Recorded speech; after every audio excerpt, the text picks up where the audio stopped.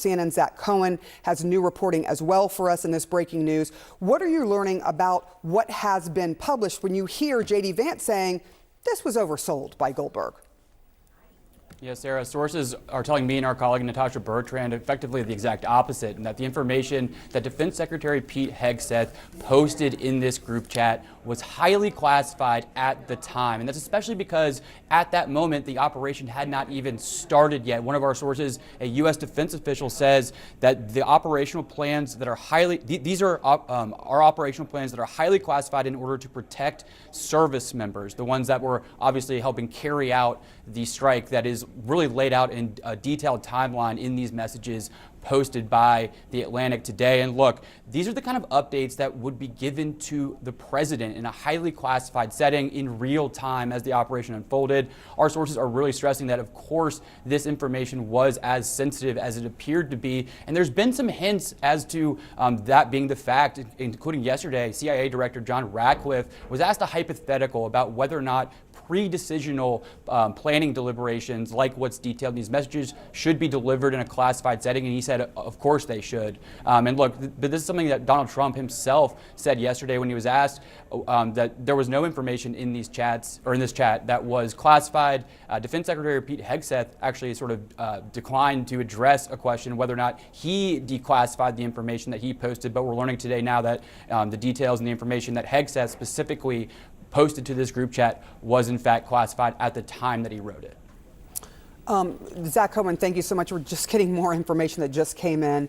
Now we're seeing the National Security Advisor, Mike Waltz, who on the text messages shows that he is the one that added Jeffrey Goldberg apparently into this particular group chat, saying that he now is downplaying the new information contained in the signal chat that the entire country can now look at. It says no locations, no sources and methods, no war plans, doubling down on the idea that the administration and that this group chat was not about war plans when there was clearly a plan that was spelled out in these text messages. All right, with us now, Kimberly Dozier, CNN Global Affairs Analyst, Colonel Cedric Leighton, Sabrina Singh, former Deputy Pentagon Press Secretary, Mark Zaid, National Security Attorney. And Mark, I want to start with you because what we are clearly seeing over the last few minutes, based on what we just heard from the National Security Advisor and the Vice President, is sort of wish casting from inside the administration to wish cast this into something that wasn't that big of a deal. Yesterday, you called this a major OPSEC failure, operational security failure. That was before you saw the text messages on Signal. You deal in classified information in your law practice. What do you think now that you've seen the messages? I can't believe how anyone would think it wasn't classified at the time, which I guess is what they are at least acknowledging. I actually wish that Jeffrey Goldberg had given these text messages first to the intelligence committees to examine before putting them out there, but the administration gave him that opening without a doubt by their doubling down on what they say wasn't in there. This was a horrible blunder. The administration is doing, unfortunately, what it generally does, which is attack the messenger, deflect from what the actual issues are rather than just acknowledge you made a big mistake. You had, from what I understand, a good operation that should be applauded. But from a security standpoint, this is just another example of how, frankly, incompetent this administration has been in handling national security issues. And Sabrina, let me bring you in on this. You, of course, worked in communications at the Pentagon under Lloyd Austin until just a short time ago. The description, the kind of opposing descriptions that we are getting from the reporting, the messages, and the response from Mike Waltz and others on what they see. What do you see? Yeah, it's pretty clear what's here in those text messages. What we see is a pretty concise TikTok of events. We see the time and locations of where the strikes are going to occur. We even see that Secretary Hegseth put the airframes that were going to be used to conduct those strikes in the text thread. I understand that the Republicans are trying to cover up and parse that, the exact locations aren't given. It is well known where the Houthis control territory within Yemen. The fact that the secretary put this incredibly sensitive, classified, top secret TikTok sequence of events in an unclassified group chat. Had that been intercepted by an adversary, that could have killed one of our fighter pilots that were in the air preparing to conduct that strike. And so it's incredibly damaging. I think that this talk that there was nothing classified put in this thread, anything that is before an operation begins, is classified. And that's what needs to be investigated. And frankly, I think we're seeing the gross incompetence, not only of Secretary Hegseth, but others that participated in this chat as well. Now to you, Colonel Cedric Layton. I just want to put back up what we saw in this text chat, just to remind people. One of the first things that we saw, and it gives the time, 11:44 Eastern, and it says weather favorable, just confirmed with CENTCOM, we're a go for the mission launch. And then it gives you the F-18s are launching, and it tells you that there are more F-18s launching, and then it says this is when the first bombs will definitely drop. And that was at 14:15, which is 2:15 in the afternoon, saying strike drones are on target. When you see that, if you were currently in the military involved in this particular mission, would you, if that was leaked out to the public or to someone who wasn't supposed to be a part of this group, would that put soldiers, airmen, people in danger? It would, absolutely, Sarah. So if I were the commander of an operation like that, I would seriously consider, if I know that this is being leaked at that moment in time, I would seriously consider aborting the mission. So that's how serious this is.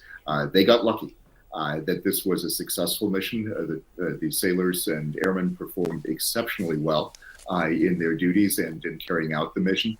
But the people in the White House and the Defense Department, in the intelligence community who were on this chat, made a serious mistake by revealing this before the operation was actually going on. And this really points to not only sloppy behavior, but also a lack of professionalism when it comes to these kinds of operations.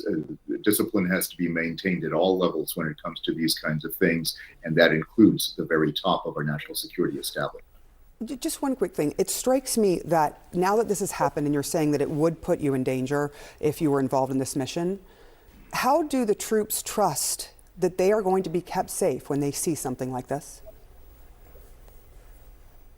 Well, that I think is a very key question, Sarah.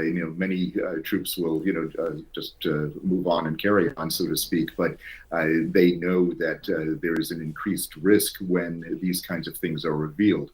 There's always been, ever since I've been involved with the military, there's always been a risk that senior people will reveal things in a way that they shouldn't. They'll get on unsecured communication systems.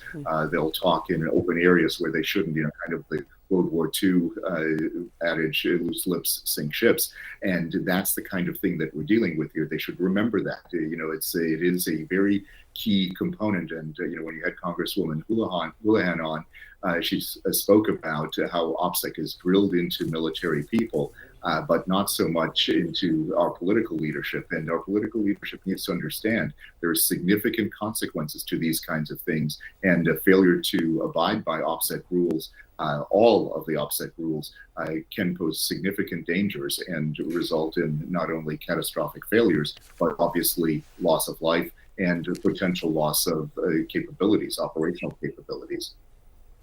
Kimberly Dozier, you know who might have an awkward morning for the next few hours?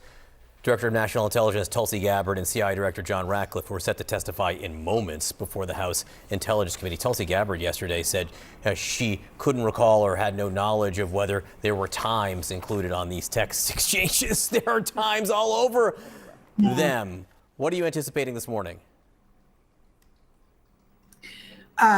Every single Democrat will again be asking about this, and every single Republican will likely be trying to obliquely ignore it. It seems that in using Signal, the actors in this primary committee, in the principals committee, just got so comfortable with it that they forgot they weren't talking on a highly secure network. Even within the military and in the intelligence community, there are two different systems, the SIPR and the NIPR network. And, one's the high side and one's the low side. And there are things that are you're not supposed to transfer over. And this is going to raise questions about since what Hegseth was typing in is considered classified, actual movements that are about to happen, was he on a device that allowed him to mix those different skeins of intelligence? And specifically, I'm a Signal user, like most journalists in Washington, D.C. A warning got sent out that using Signal on your computer, as opposed to just your cell phone, has an added risk. So they're going to have to look at, no matter how they're defending themselves in public, there will be an investigation into which devices, what different skeins of information were mixed and how. And there's probably also going to be, in the shoot the messenger tradition of just about any administration, an investigation into Jeffrey Goldberg and Shane Harris, because they were both listed on this story